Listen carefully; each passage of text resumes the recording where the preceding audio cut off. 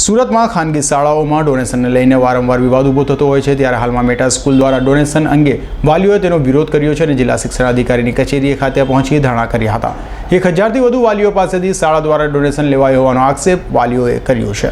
સુરતમાં કોરોનાની મહામારી વચ્ચે પણ શાળાઓ દ્વારા ડોનેશનની માંગ કરાઈ રહી હોય ત્યારે હવે વાલીઓ પણ આવી માત્ર રૂપિયા કમાવા બેસેલી શાળાઓ સામે બાઈઓ ચડાવી રહ્યા છે અને સુરતની મેટાસ સ્કૂલના વાલીઓએ ડીઈઓ કચેરીએ ડોનેશનને લઈને વિરોધ નોંધાવ્યો હતો।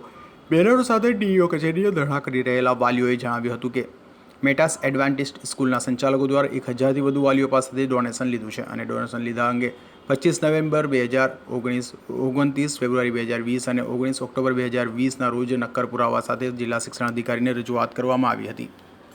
જોકે સુરત જિલ્લા collector, magistrate, FRC Surat zone અને શિક્ષણ વિભાગ ગાંધીનગર તથા મુખ્યમંત્રી ગુજરાત અને સરકારના અધિકારીઓ સાથે ગવર્નરને પણ ફરિયાદ કરવામાં આવી હતી, પરંતુ મેટાસ એડવાન્ટિસ્ટ સ્કૂલ ગુજરાત હાઈકોર્ટમાં ગઈ હતી, જ્યાં પણ ગુજરાત હાઈકોર્ટે વાલીઓ તરફી ચુકાદો આપ્યો હોવાનું વાલીઓએ જણાવ્યું હતું। હાઈકોર્ટે જણાવ્યું હતું કે ચુકાદાનું તાત્કાલિક પાલન કરાવવા તથા સરકારના કાયદાના અનુસરવા ડોનેશનની રકમનો કરોડો રૂપિયાનો દંડ વસૂલ કરી સરકારની તિજોરીમાં જમા કરાવવામાં આવે, સાથે ડોનેશનની રકમ વ્યાજ સહિત પરત વાલીઓને કરવામાં આવે તેમ જણાવ્યું હતું, જેથી આવા આક્ષેપો સાથે શિક્ષણાધિકારીની કચેરી બહાર વાલીઓએ ધરણા કર્યા હતા। નામ Chirag Ghanshyambhai Thakkar, all student and parents welfare association south ગુજરાતનું એકમાત્ર રજિસ્ટર્ડ પેરેન્ટ્સ એસોસિએશનનું પ્રમુખ છું।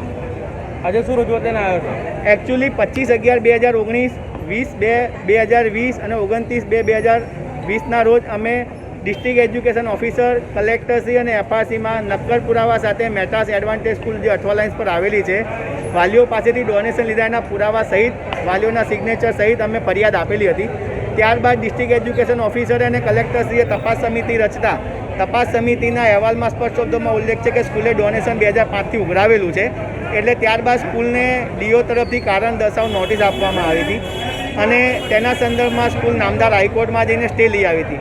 એ અમને જાણ થતાં અમે તરત જ નામદાર હાઈકોર્ટ, ગુજરાત હાઈકોર્ટમાં અમારી આપબીતી અમે રજૂઆત કરી અને ત્યારબાદ ગુજરાત હાઈકોર્ટે વાલીઓના ફેવરમાં હુકમ આપતા સ્કૂલનો કેસ, સ્કૂલની અરજી તરત ખારીજ કરી અને ડીઓને એક માર્ગદર્શન આપવા માટેનું કીધું છે કે તાત્કાલિક તમે એક્શન કરો અને સ્કૂલ પાસેથી ડોનેશન વાલીઓને વસૂલ કરીને પાછું આપો। કોરોના કાળમાં મેટાસ એડવાન્ટિસ્ટ સ્કૂલ સામે વાલીઓએ ડોનેશનને લઈને જંગ છેડી છે, ત્યારે હાઈકોર્ટે પણ વાલીઓના હિતમાં નિર્ણય કર્યો છે। હવે શિક્ષણાધિકારી આ મામલે શું કાર્યવાહી કરે છે તે તો જોવું રહ્યું। Azhar Qureshi, G21 news.